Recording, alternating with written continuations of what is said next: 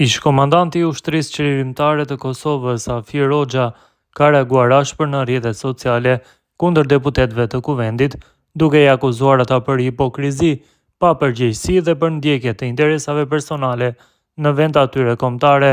Hoxha u shpreh revoltuar për faktin se pozita dhe opozita u bën bashk për të miratuar një ligj që u asiguron atyre rrogat dhe mëditjet e vetes, ndërsa nuk po arrin të gjejnë gjuhën e përbashkët kur bëhet fjalë për të shërbyer interesave të qytetarëve dhe shtetit të Kosovës.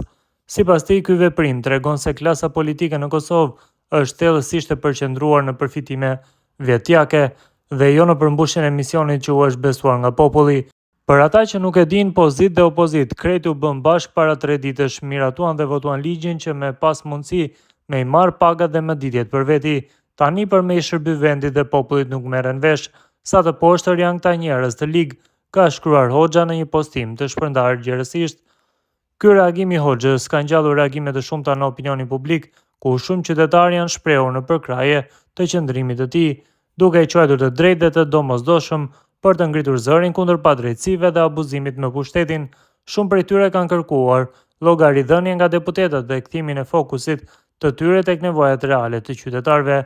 Ligji i përfolur, i miratuar me një shumicë të gjerë votash, ka për qëllim rregullimin e çështjes së kompensimeve për deputetët e kuvendit, përfshirë rritjen e pagave dhe rimbursimet për shpenzimet e punës.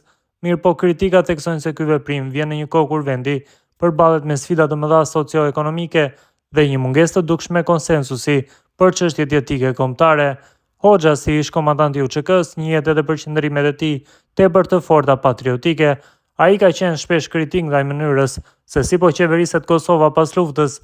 Ai kërkon më shumë përgjegjësi dhe përkushtim nga përfaqësuesit politik, të cilët sipas tij nuk po e përfaqësojnë denjësisht sakrificën dhe idealet mbi të cilat është ndërtuar Kosova e lirë.